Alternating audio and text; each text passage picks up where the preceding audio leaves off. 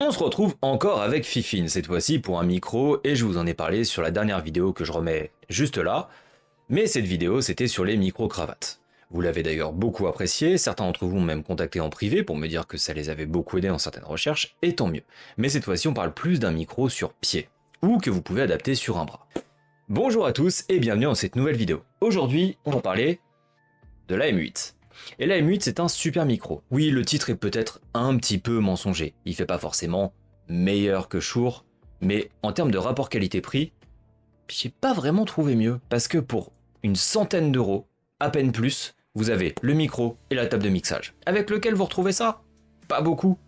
Et finalement un Shure SM7B qui va vous coûter 300 euros, sans la table de mixage, sans l'alimentation fantôme, vous allez avoir un effet qui sera forcément meilleur, ça c'est un fait, mais en rapport qualité-prix, il reste imbattable. Ce micro, vous pouvez donc autant le brancher en USB-C qu'en XLR. Et ça, c'est sa grande force.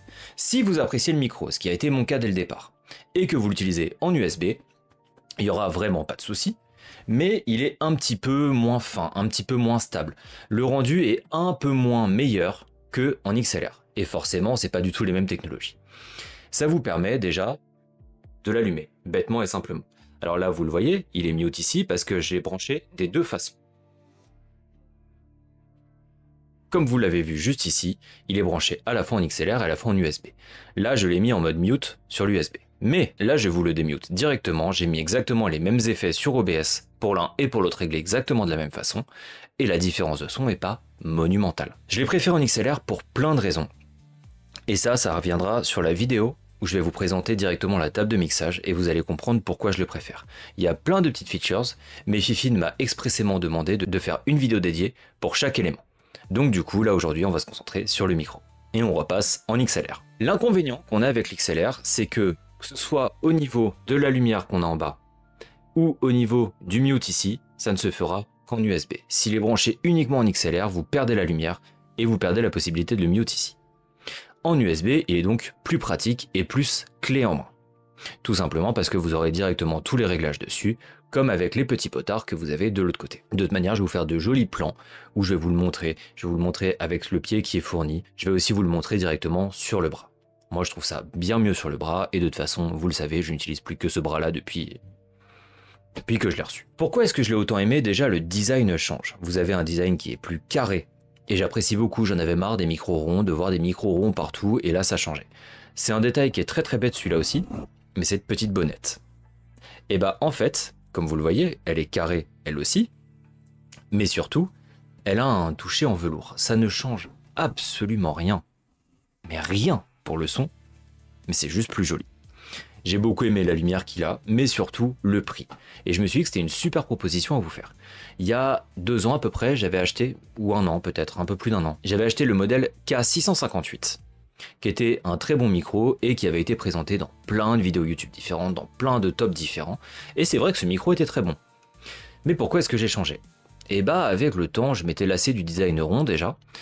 Et puis j'avais vu celui-ci qui avait une meilleure qualité audio et pour les streams, je préférais. C'était aussi au moment où je tournais encore avec le téléphone sur le côté, puisque là, comme vous le savez, je fais tout avec une webcam précise, que je vous ai pas encore présentée, mais qui a une superbe qualité d'image. Et le son était un peu moins bien, était un peu en retrait, me convenait moins tout simplement. Je suis passé sur ce micro et ça a vraiment tout changé. Mais c'était pas encore ça en USB.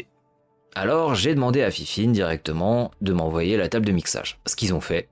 Et là, ça a vraiment changé les choses. Et depuis que j'ai ce petit combo, je préfère tourner directement sur le PC comme ça, plutôt que de tourner comme je le faisais avant, avec le téléphone en face. Et en plus, je trouve que le plan est plus sympa. Plutôt que d'avoir le fond qui recouvre directement, comme c'était le cas, avec un peu les côtés, avec tout ça, je préfère comme ça aujourd'hui. D'ailleurs, vous avez là aussi été nombreux à me le dire, donc j'estime que j'ai pris la bonne décision. Mais c'est vrai qu'en plus de ça, ça me facilite beaucoup les tournages. Dans les petites choses qu'on va retrouver directement à l'arrière aussi, vous avez une prise jack. Et cette prise jack va vous servir pour le monitoring, c'est-à-dire que, en gros, lui va servir d'interface son aussi, donc vous allez avoir tous les sons de votre PC qui vont revenir par le micro, ce qui est quand même pas mal, mais en plus, vous allez avoir votre voix en direct. Et ça, c'est très pratique. Ça ne prendra pas en compte les effets que vous allez ajouter en post-production, donc c'est-à-dire par exemple sur OBS, vous n'allez pas avoir le rendu via OBS et donc via les filtres. Vous aurez le rendu pur, mais c'est déjà une très bonne chose.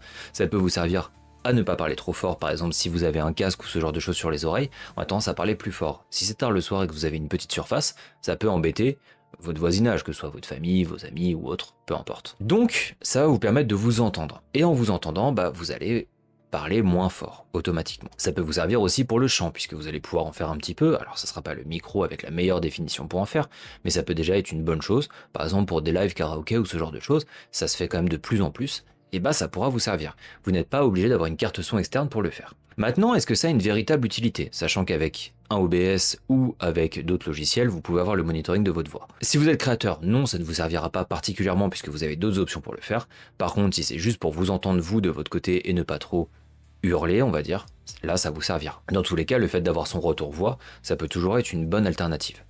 Et contrairement à un casque sans fil qui aura une latence même minime mais qui en aura une, ou ce genre de choses, là le fait d'être branché en jack, vous n'avez plus de soucis. Le rendu est très joli dans un setup. Même si vous n'êtes pas créateur ou quoi que ce soit et que vous voulez avoir juste une belle définition pour vos amis et pour parler sur Discord, c'est un très bel objet à avoir dans son setup. Moi pour le coup, c'est vrai que j'en avais vraiment marre d'avoir l'ancien. Je trouvais qu'il allait plus tellement dans l'esthétique de mon setup d'aujourd'hui, et j'ai été très content de pouvoir le changer. Et le fait d'avoir cette esthétique-là m'a vraiment plu. D'autant plus que l'ancien micro dont je vous parle, je vais donc l'envoyer à un ami, puisque lui en a besoin, et c'est aussi l'avantage de faire mon métier, c'est que je peux recevoir plein de choses très facilement. Ça veut pas dire que je fais une collection de matériel chez moi. En général, je vais redonner du matériel à des gens qui n'ont pas forcément les moyens autour de moi, à des amis qui n'ont pas trop les moyens, autant pouvoir les aider. Vous avez quelque chose qui fait très professionnel à la fois et très joli à la fois, et ça, c'est vraiment, vraiment chouette. Si j'en avais plusieurs, c'est vrai que je pourrais faire très facilement une émission de podcast ou quelque chose comme ça, et dire, voilà, regarde, on va utiliser ça pour faire le podcast, ça serait hyper joli. D'autant que j'ai à peu près tout le matériel maintenant qu'il faut pour faire un podcast directement, et j'avoue, ça me déplairait pas de le faire.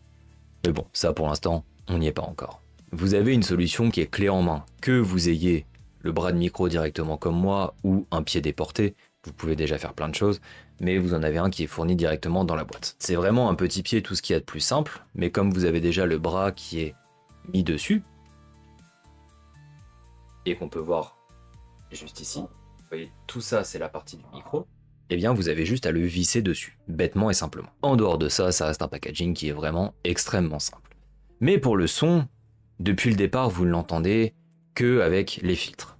Je vais donc tout désactiver, le laisser sur la table de mixage et vous faire écouter ça. Là, on n'a plus aucun filtre. Vraiment, c'est le son pur du micro. Donc forcément, vous entendez le PC derrière, vous entendez certains petits bruits qu'il peut y avoir autour, alors pour le coup, il y en a quand même assez peu, mais vous pouvez quand même l'entendre. Vous entendez aussi ma voix sans aucun traitement, à part celui qui a du micro, alors pour le coup, j'en ai pas tellement, hein. Les seuls effets que j'ai, c'est une réduction de bruit sur OBS, un compresseur et un limiteur. Pourquoi est-ce que j'utilise ça? La réduction de bruit, évidemment, pour le PC, le compresseur parce que ça donne un effet un petit peu plus chaleureux, un petit peu plus sympa, et le limiteur, c'est aussi si je viens à crier en stream, à devoir crier ou parler très fort en vidéo ou faire un effet, ça ne va pas saturer, ça va pas vous arracher les oreilles. Donc ça me permet de rester dans la plage que je veux. Voilà, c'est les seuls effets que j'ai. Et maintenant, on va faire exactement la même chose, mais pour le côté USB. Donc là, j'ai tout désactivé, et vous avez le son pur du micro en USB. Vous voyez, on peut comparer un petit peu les deux, la différence n'est normalement pas notable, j'avais pas remarqué de différence absolue ou astronomique, mais j'avais quand même préféré le rendu avec la table de mixage.